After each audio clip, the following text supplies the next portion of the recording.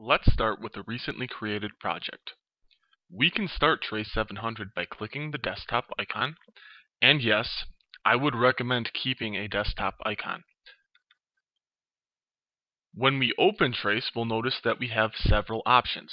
Right now, we will notice that we can create a new file, but in this case, we are opening an existing file.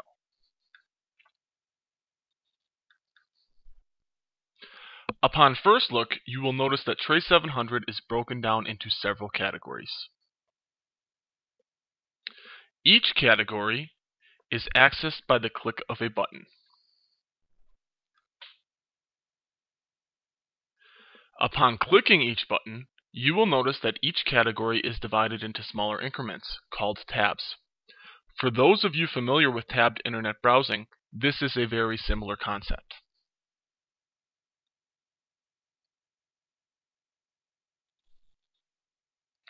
Now, before we start inputting information, we need to cover a few things.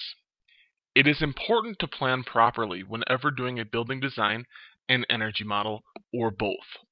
One of the first things I recommend is to familiarize yourself with the logic used in Trace. In the software, the virtual building is constructed incrementally. The increments align with the steps taken when constructing an actual building. This will be a central theme of our training, as this thought process is critical for success in Trace 700, as well as any other energy modeling software. Remember, the steps required to construct a real building are about the same when constructing a virtual building. Which also means we can use the same thought process as is used when making decisions. With that said, let's take a look at each of these individual buttons and see how they coincide with the construction of an actual building. If we take a look at the first button, labeled Project Information, we are simply defining the project, which is really the first decision made when constructing any building. The only difference in Trace is that it is not necessary to enter anything in the project information. However, it is recommended simply to keep organized and will come in handy later when we look at multiple alternatives. In general, the decision to construct a building is followed by finding a location for the building. Location is key to many aspects of the building, but when it comes to design and energy, the location decides the weather the building will see. Thus, the next step in our model is to select the weather location, which is simply done by clicking on the proper region of the map. Later, we will go into much further detail and learn about international weather as well as weather overrides. Before a building is ever constructed, a bill of materials must be determined. Is it a wood-framed building, steel-framed, a cinder block building, or is it all of the above? The building operating schedules must also be determined. Templates, when used effectively, define the nature of the building. They are, in a sense, cookie cutters and can be used to make quick changes or quick corrections, say for instance, when dealing with an indecisive architect.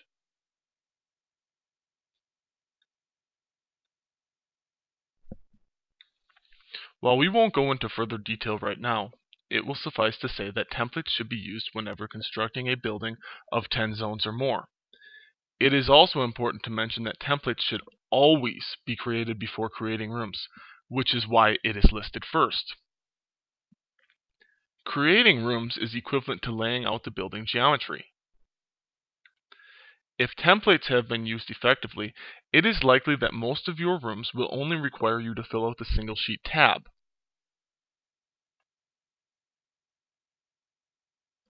As a result, creating rooms is basically equivalent to the blueprints of the building.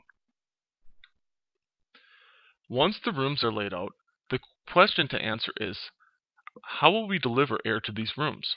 Of course, there are many options, and most of them are available to select under Create Systems.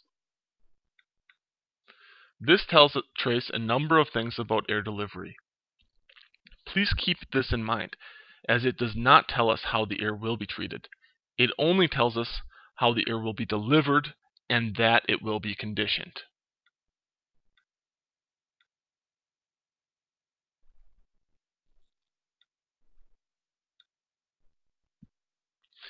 When a system is selected, the next step is to determine how the ductwork will be laid out. This is done in TRACE by assigning rooms to systems. This is one of the easiest things to do in TRACE with a simple drag and drop interface.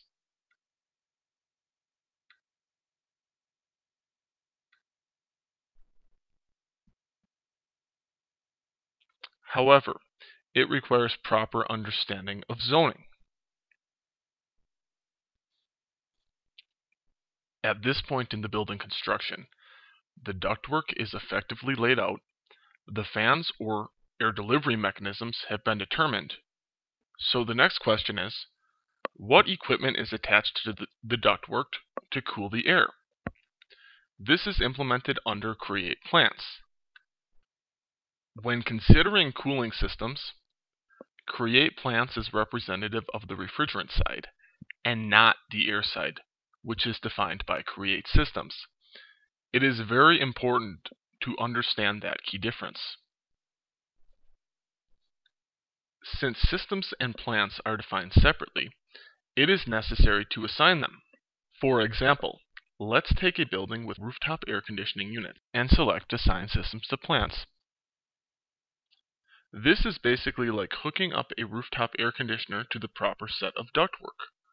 The drag and drop interface makes this step very easy to do in TRACE. However, understanding the concept is much more important.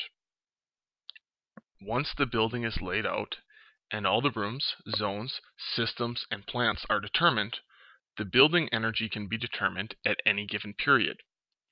However, the energy tells us nothing about cost unless we know exactly the price of that energy. Therefore, the local tariff or an average tariff must be selected under Define Economics. The rate structure is the only necessary item here. But there are many other options that allow you to perform not just an annual analysis, but a life cycle analysis. Once all of these parameters are defined, we can perform our calculation by selecting Calculate and View Results. If we have entered everything we need, all 4 boxes will be checked. If we have missed anything, a box will remain unchecked. In this case, we can see that we have missed something.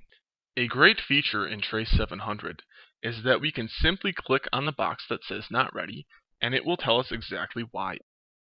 A common reason is that a user forgets to assign systems to plants.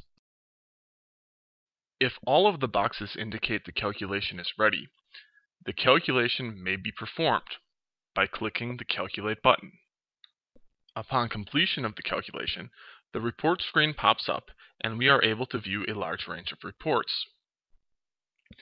In future lessons, we will discuss reports and every other topic we have mentioned in greater detail. I hope this introduction has been beneficial, and thank you for visiting EnergyModels.com.